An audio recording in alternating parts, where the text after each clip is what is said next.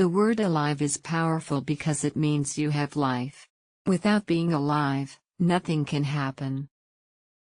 Alive means having life, not dead. It describes people, animals, or things that are living or active. Many learners confuse alive with feeling alive. Alive means alive literally, not just feeling happy or excited.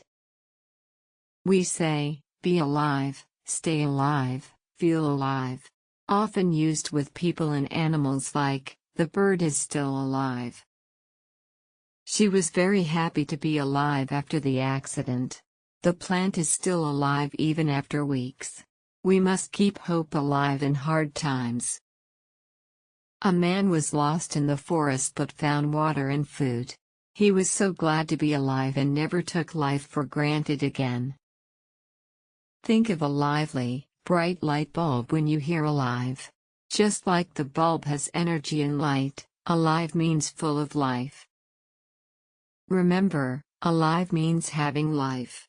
Use it to talk about people, animals, and plants. Try using the word now.